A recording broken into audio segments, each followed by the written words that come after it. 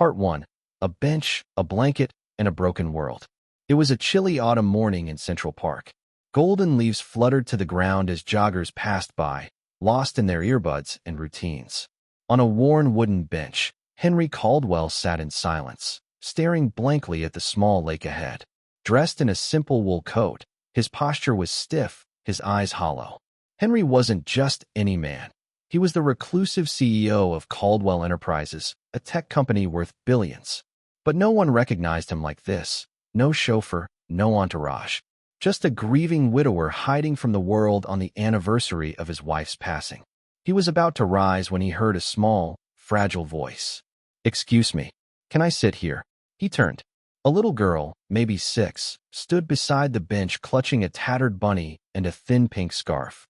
Her cheeks were pale, her eyes tired, but polite. Her breathing sounded shallow, and a slight wheeze escaped every few seconds. Henry blinked. "Sure," he said quietly, scooting over. She climbed up next to him and sighed, hugging the bunny tight. "You okay?" he asked, noticing her raspy breath. "I get tired fast. Doctor says my lungs are sick," she answered, looking up at him with a weak smile. "But Mommy says sitting near trees helps me feel brave." Henry nodded, the pain in his chest softening slightly. "What's your name?" "Lila," she said. "What's yours?" "Henry." She gave a soft giggle. "That's a strong name." They sat in silence for a moment before she spoke again. "You look sad. Did someone make you cry?" Henry's jaw clenched. "I lost someone I loved. A long time ago." Lila nodded solemnly. "I lost my daddy. I don't remember him, but Mommy tells me stories." Something in her voice, so small, so brave, pierced through the steel wall around Henry's heart. "Where's your mom now?" he asked. "She went to get my medicine. She says we can't afford the hospital much longer. That's why we walk a lot. And pray." He looked around, concerned. "You're alone?" She nodded. "But only for a little bit. Mommy said stay where there are people." A deep instinct stirred in Henry, a mixture of sorrow, guilt, and something else he hadn't felt in years, purpose. Part 2. The truth behind the smile. 30 minutes passed. Lila's mom still hadn't returned. Henry offered Lila a juice box from a vendor nearby and kept an eye on the crowd. "Maybe she got lost," Lila murmured, fidgeting with the corner of her bunny's ear. Henry's gut twisted. "Do you know her phone number?" Lila nodded and recited it. He pulled out his phone and dialed. A tired voice answered. "Hello. Hi. Is this Lila's mother?" The woman gasped.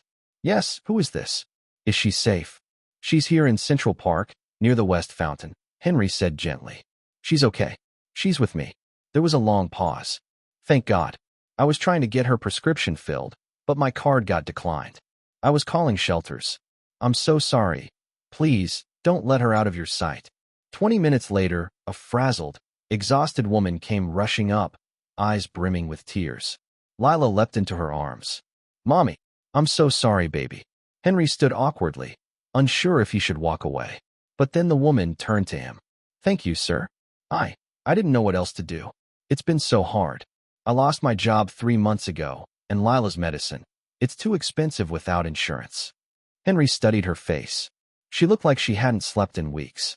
"Have you applied for assistance?" he asked. "I've tried," she said softly. "The waiting lists are long. No one seems to care." Henry reached into his coat pocket and handed her a card. "Call this number. It's my assistant. Tell her I asked her to set up a full medical fund for Lila. No catches." She stared at him in disbelief. "Why would you do that?" He crouched down to Lila's level and looked her in the eyes. "Because your daughter reminded me what love feels like again." Part 3. A new beginning. A month passed. At Caldwell Children's Medical Center, Lila skipped down a hallway, her breathing clearer, her energy brighter. She clutched her bunny, now freshly washed and wearing a tiny pink bow. Nurses waved at her, calling her the miracle girl. Outside, Henry stood with her mother, watching Lila from a distance. "She's responding to treatment better than we hoped," the doctor had said earlier. "With continued care, she'll grow up strong." Tears ran down her mother's face. "You saved her." Henry shook his head. "She saved me." It was true. Since meeting Lila, he'd returned to his company, started a fund for low-income families, and reopened the community center his wife once dreamed of building. As Lila ran up and grabbed his hand, Henry smiled for the first time in years. Can we go sit on our bench again, Mr. Henry? She asked. He nodded. Of course, Lila. Anytime. The three of them, one broken man, one determined mother, and one brave little girl, walked toward the trees, where autumn leaves gently rained down like blessings from above. Would you like me to add a YouTube-style description, hashtags, and search tags for this story next?